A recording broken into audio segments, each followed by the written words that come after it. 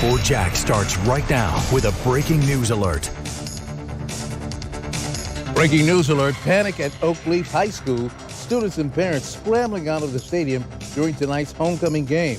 The chaos began after someone called 911 saying shots were fired. Investigators say no shots were fired. We're going to take a live look right now at the scene, and it's a lot calmer now. Any moment, we're expecting an update from the Clay County Superintendent. Well, a football game between Oakleaf High School and Ed White High School came to a temporary halt at the end of the third quarter. The deputies quickly determined it was a hoax and the game resumed. All of this on the same night the community gathered to honor 16-year-old Keandre Moss, an Oakleaf High junior. He was killed in a crash earlier this week. News4 Jax reporter Corley Peel, you saw her there at Oakleaf High. She spoke with some students about what was going on during those scary moments. Corley? Scary moments indeed. People came out here to have a nice homecoming, but instead they were terrified. But again, investigators confirmed that no shots were fired and no gun was found. The scene has cleared now and the game is over. But earlier, deputies say the game was stopped briefly after someone called 911 saying shots were fired. They say officers at the stadium never heard any shots. As a safety precaution, deputies and school police swarmed the area. They eventually found no threat and the game started back up. However, people did run out of the stadium in a panic. Deputies say some people might have gotten injured because of a stampede. I spoke with students here who didn't want to show their face, but they said it was a scary situation. I was getting peanuts and out of nowhere I just heard a bunch of people running and saying that they saw a gun, and then everybody just started running. What did you think whenever you heard that? I was scared. I ran for my life. Yeah. The reason why we were here in the first place tonight was because a special moment of silence, what did happen before the game started for 16-year-old Keandre Moss. He died in a car crash on Monday, and 2 other teens were injured in that crash. People showed up to the game wearing purple in memory of Keandre. Police say Moss was in a car with 2 friends, Taj Ritchie and Brian Ransom. The car slammed into a tree in the median of the road 2 miles from Oakleaf High School. Witnesses say the boys were speeding and possibly racing 2 other cars at the time. Moss died and Ransom was severely injured, and Ritchie's left leg had to be amputated. We are expecting to hear from Superintendent Addison Davis at any moment now about an update about this incident here at Oakleaf High School. I believe that will be starting any moment, but we'll continue to keep you updated as soon as we know more. Reporting live from Oakleaf High School, Corley Peel, Channel 4, the local station. Corley, thanks. Well, football game safety has been a big topic. You may remember a number of shootings outside Duval County games, forcing several changes. 16-year-old Robert Howard was charged in a triple shooting that left a 19-year-old dead. It happened last year, 15 minutes after the season opener at Rains High School between the Vikings and the Lee High School Generals. In May, a 19-year-old man was arrested after a shooting outside Terry Parker High's football stadium during the spring football game.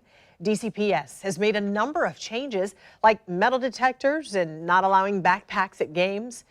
A number of large games were even moved to daytime hours instead of evening.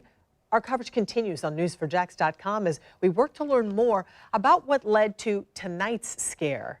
And we're standing by, waiting to hear from Superintendent Addison Davis. We understand that he's on his way. He's walking him now to update us on what he knows and hopefully add to what we've already told you, the fact that the stadium had to be emptied because someone said they heard shots, but there were no shots. That part we do know, but we'll see what the superintendent has to say about it, but he can add. You can see right now we've got fire and rescue as well as schools police there. Addison Davis will be showing up here shortly. So for the team they here, are setting up, getting ready to speak with the media. Treasurer Pickett, the principal of Oakleaf High School, Lieutenant Steve Mills with the police department, J.D. Vigu, who's the battalion chief with the sheriff's office, Mark Romano, lieutenant with the sheriff's office, and John Revis, who's a sergeant with the sheriff's office, and Superintendent Addison Davis. School District Police. School District Police. What did I say?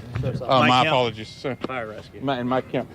So, tonight is just to a part where, as a community, we have to get better.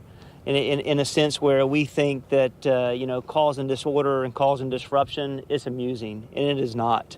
We get to a point where families and friends cannot come to a game to celebrate, a life loss, and at the same time watch their loved ones and their family members play in a competitive game that they compete in as an extracurricular activity. In this night, what we do know is that at no point in time was there a weapon on campus at this time. There's no gun. There was no immediate threat. The only threat was a potential action that was immature by a couple of youngsters that ran to a gate and created disorder. And from my side, it's saddening that we have to experience this nowadays. And I know that as a community, we can do better. We'll continue to coach our students. We'll continue to help with the community to make the right decisions in order to continue to create a safe environment for every, facility and school within Clay County. I can tell you this, immediately upon getting the notification that we see 3 or 4 children running towards a gate, which created the disorder, the school police was immediate on site in order to address this, and within a quick manner restored order back into the football game, and athletes were able to return back to the field in a safe manner to return back to the game. So my hat's off to them for doing a really good job, really nice job. And also we know that additional law enforcement circulated too from the community, and we're thankful for the Clay County Sheriff's Office as well coming in on the backside. But I will say that the Clay County District School Police did a really nice job tonight addressing it and returning it to normalcy immediately within the game. Are police investigating who called 911, and could they face charges? At this time, all that's in review. I would say that if there was a potential call that was made in order to create a hoax, then I would say that there will be legal action taken. I can't speak from a law enforcement perspective, but I do know that if anyone takes that action, there's going to be a consequence attached to it. And my hope is that they do find someone that may have made something like this so that action could be taken, because, this is zero tolerance. We shouldn't be to a part where this is amusing to anyone in this type of situation. So is it being considered a hoax or a prank? Right now, we don't know. Only thing we do know is that there's no gun, no weapon on campus, and that we just had a number of youngsters transition into to the gate. Did anybody get injured running? We saw someone being treated on the track. Yeah, I'll let Mr. Ward speak to that. He has more of the intel about what actually happened, and then also Lieutenant Mills as well. Okay. All right, so this evening, as Mr. Davis stated, there was a very broad threat on Facebook to the area, not to the specific school. Due to this threat, we increased our school board police department, increased security from a normal 6-officer presence to a 9-officer presence. As Mr. Davis stated, once the kids did the hoax and began running, caused a few minor injuries. We had multiple units from fire rescue that ended up being on scene, and it was 3 minor injuries. We did call for assistance from the sheriff's office for traffic control, but as Mr. Davis stated, our police department stepped up and managed this event appropriately due to the hoax that was given in the area. Wait, so there's something on Facebook? It wasn't a call to 911? It was not a call to 911. There was earlier this evening, there was a broad threat on Facebook that talked about a potential shooting at a football game. It was not related to this school, but due to the threat and due to the high-profile Duval County game we had, we did step up security. Was it a Snapchat threat, and did it involve a drive-by? It was a Facebook Live threat is what it was. So have you contacted the person who made the Facebook Live? That is the law enforcement is managing that right now. Okay. Lieutenant, you want to mention anything further? Yes, this is a criminal investigation. Disturbance of a school function is basically what the initial investigation is all about. The 911 calls actually came in after the fact, after the students started running out of the stadium, and that's where the 911 calls came from. There was no weapons found. I was on the property. There was no gunfire heard. And it's my understanding that the people that were hurt were just hyperventilating type injuries. There was no anybody on the ground that was trampled or anything like that. This is an active investigation. Our investigator is on it along with this SRO here at the school who has access to all student records and so forth. We're going to keep the media in touch and about the investigation, and that's basically all I have right now. I just want to let the students know, okay, these Facebook rumors have to stop. They have to stop. Cut it out. We like the superintendent said, we can't even come out on a Friday night and have a good time because of these Facebook rumors get around and a few students trying to play a practical joke. So we're investigating it, and we're going to find out who did it.